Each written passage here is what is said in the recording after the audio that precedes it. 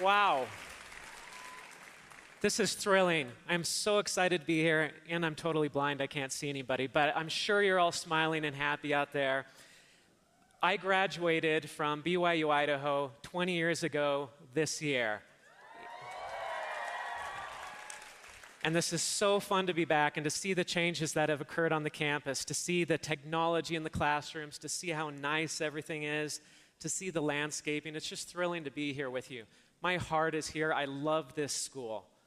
And it's been 20 years. It's been 20 years since I went to school here. And as I walked around the campus and I'm looking at all of you young people, and I'm wondering, what do the next 20 years mean for you? Where are you going to be 20 years from now? Who are you going to be 20 years from now? Well, one of my favorite leadership experts, Charlie Tremendous Jones, he said this: you will be the same person in 5 years as you are today, except for the people you meet and the books you read. Now, I love reading. My mom taught me to love reading. She used to read by my bedside when I was a little kid. And when I came here to BYU Idaho in 1993, I kept the bookstore alive. I bought so many books from that bookstore. I had a shelf above my desk about this wide, and by the end of the semester, that was filled up with books, and I had read every one of those books 3 times. It's like reading a stack of books this high. I loved to read. I still love to read. I also love to meet people. People are fascinating. Every one of us is unique. Despite the fact that there are billions and billions of us on this earth, you cannot find 2 people who are the same. But when it comes to meeting people, that was something I had to learn to love doing. It wasn't something that came naturally to me.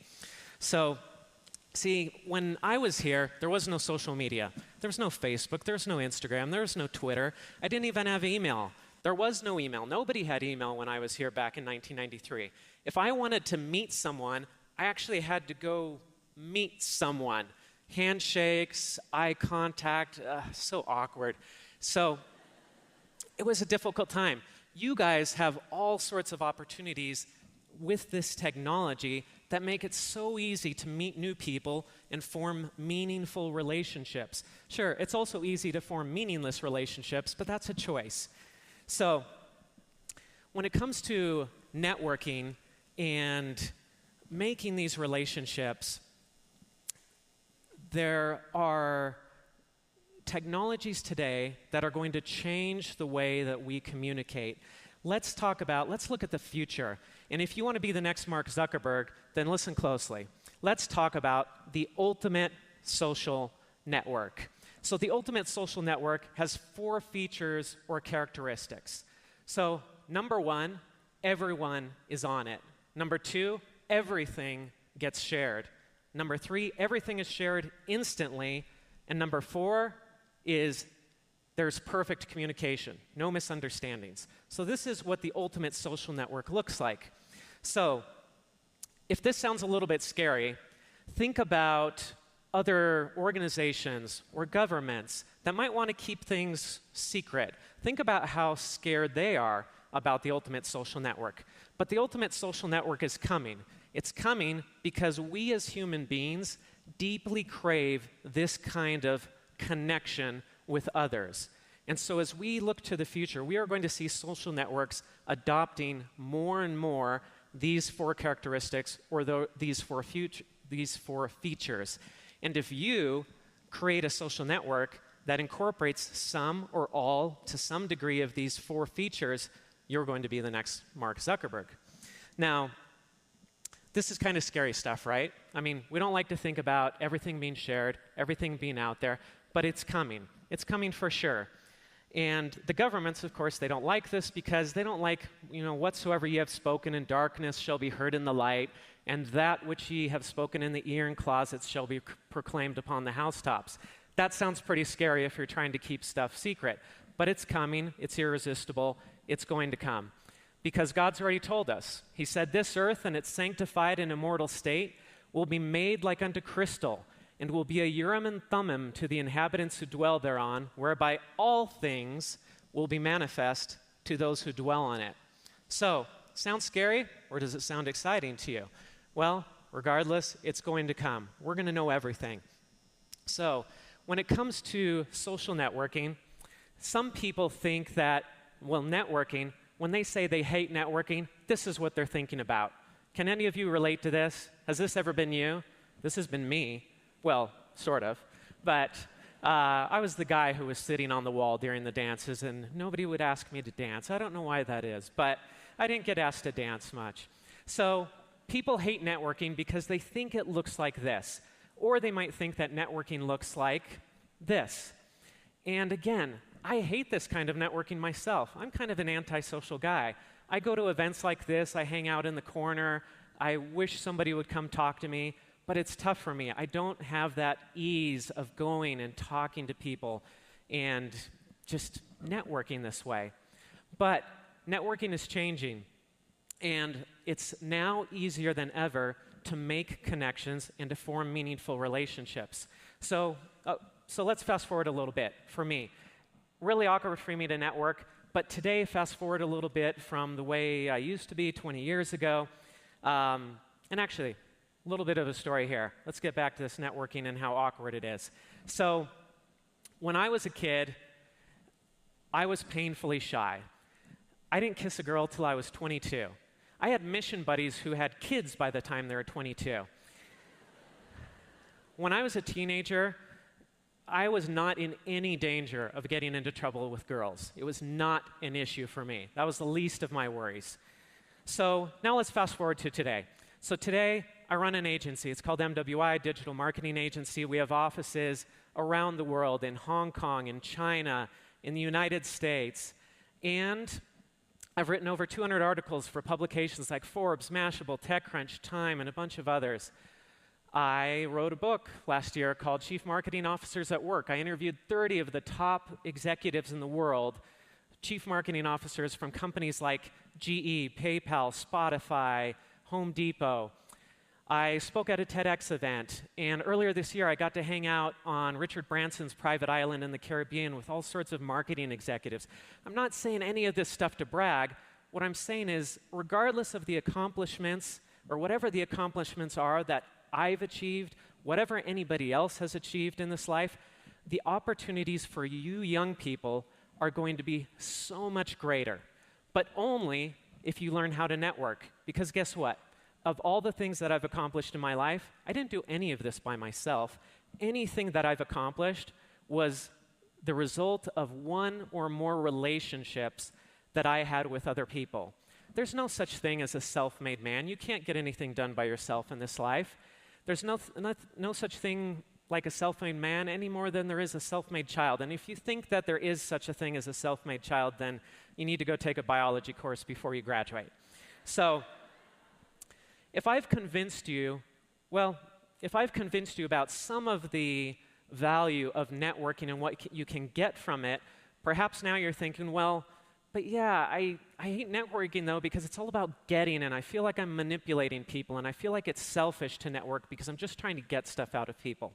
But networking isn't just about getting, it's also about giving. So you give things through service, and you serve because of the connections that you have. Now, you also get when you give. Now, some of the other things that I've gotten through networking is, one of the things is, now despite the fact that I never kissed a girl until I was 22, I still, yes, I did get married, I did have kids, and that was also the result of networking. So the reason that I got married was because I had a roommate here at BYU Idaho, Nathan Kingsley, and I had gone down to BYU Provo, and I was chatting with Nathan online one night, and he said, hey, do you want to meet my friend from Germany that I know from high school? She's the nicest person I've ever met. And I said, sure, I'd love to meet your nice friend from Germany.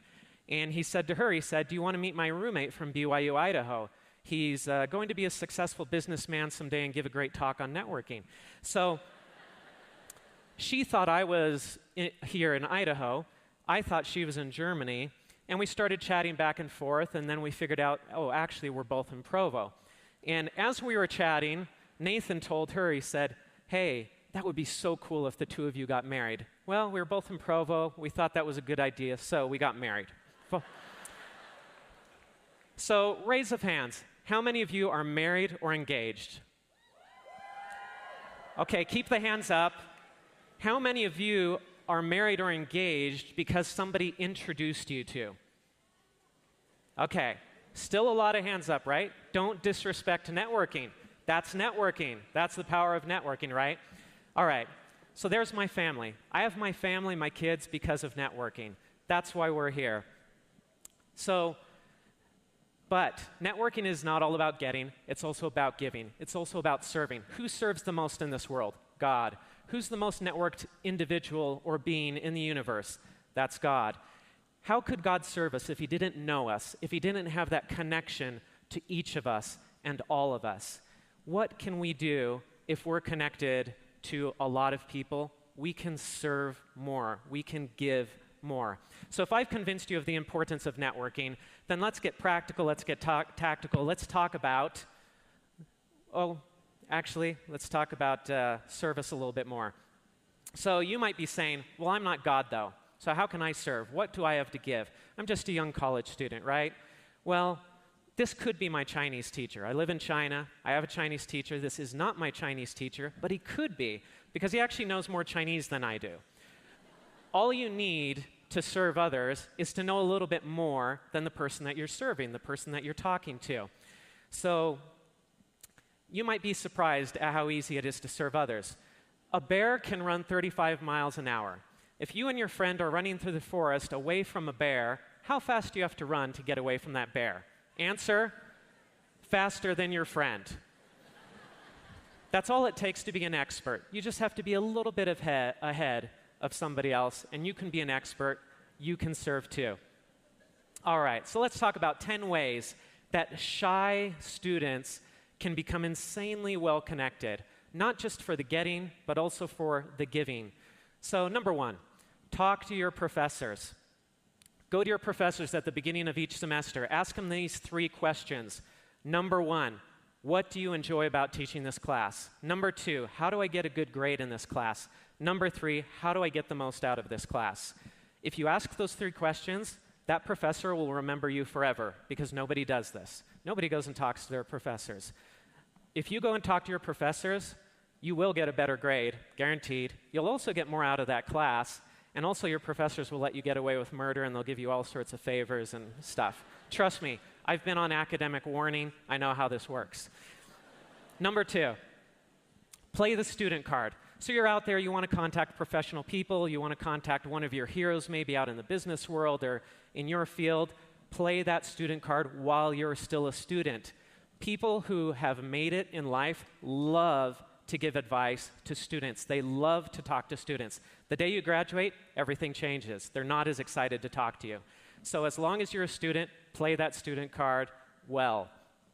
Number 3, make an impression. Okay, so let's combine the last 2 points.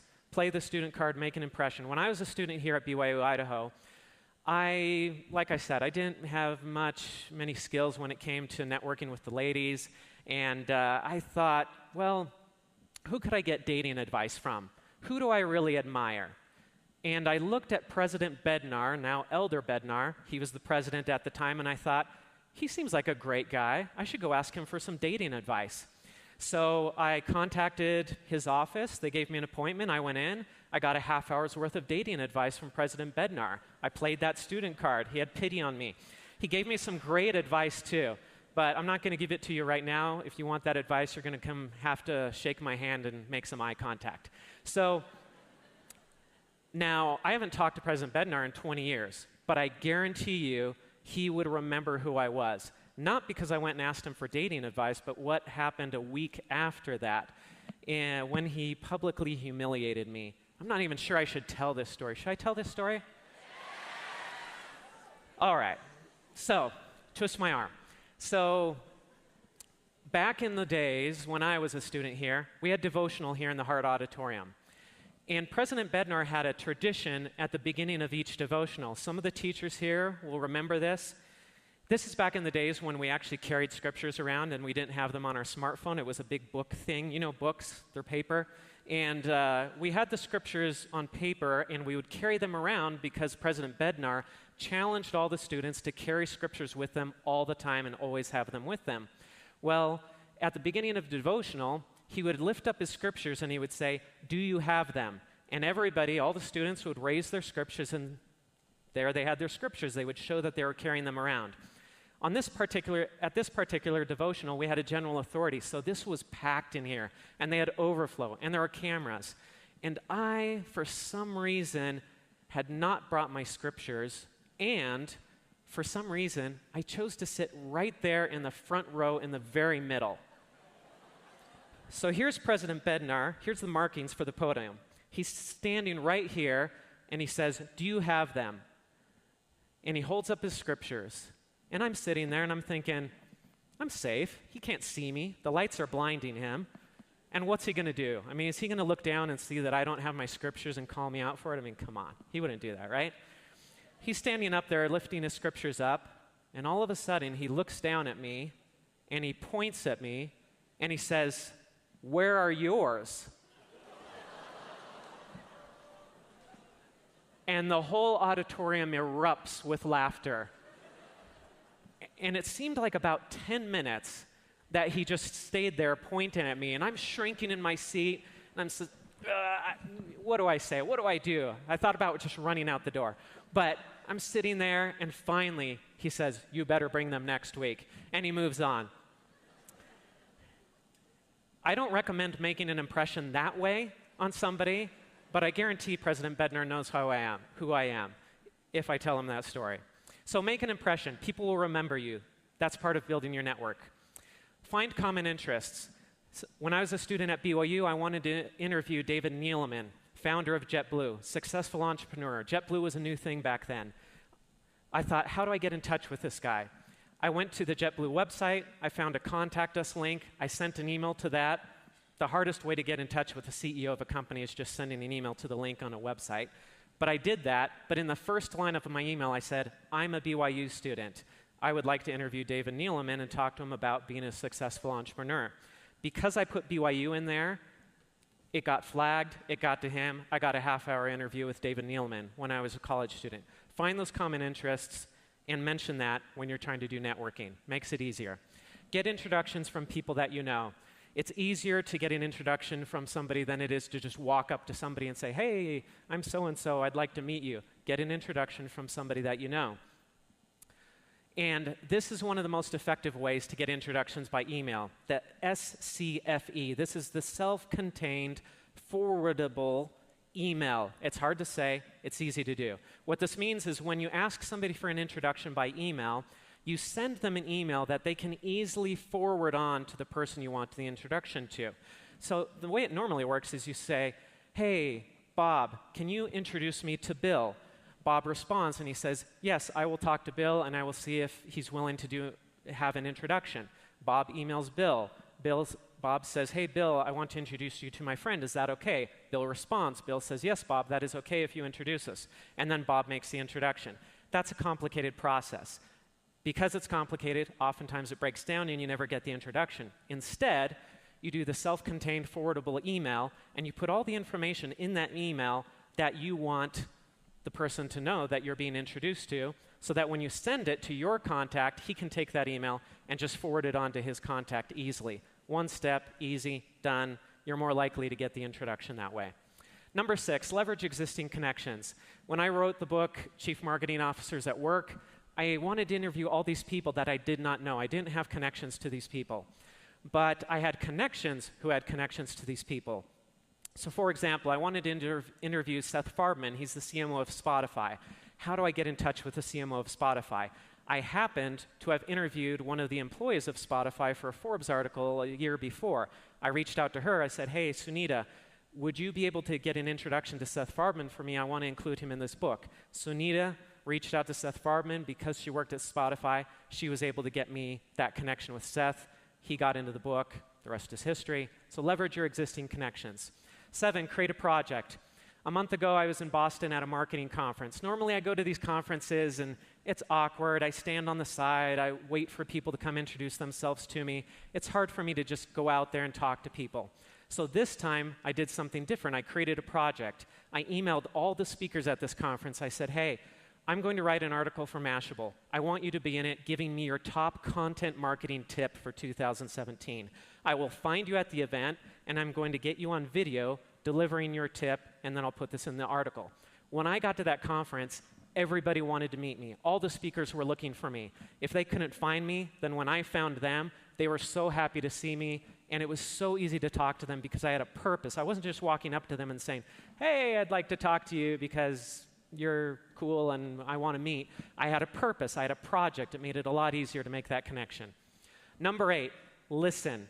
Listening is 2 things. It's acknowledging what the person has said, repeating it back to them, and it's encouraging them to continue and asking for more details. That's active listening. When you listen, people remember you. Some of my best friends from Rick's College, now BYU Idaho, are the people that when I spoke, they would listen to me. They would listen to the things that I said. They would listen to me when I was frustrated. They would listen to my stories.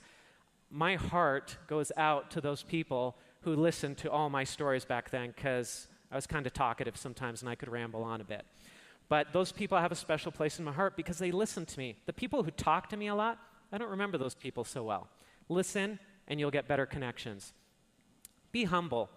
Google spent millions of dollars, studied hundreds of groups at Google, teams, working teams, to try to figure out why do people like working at Google, what makes a successful work environment.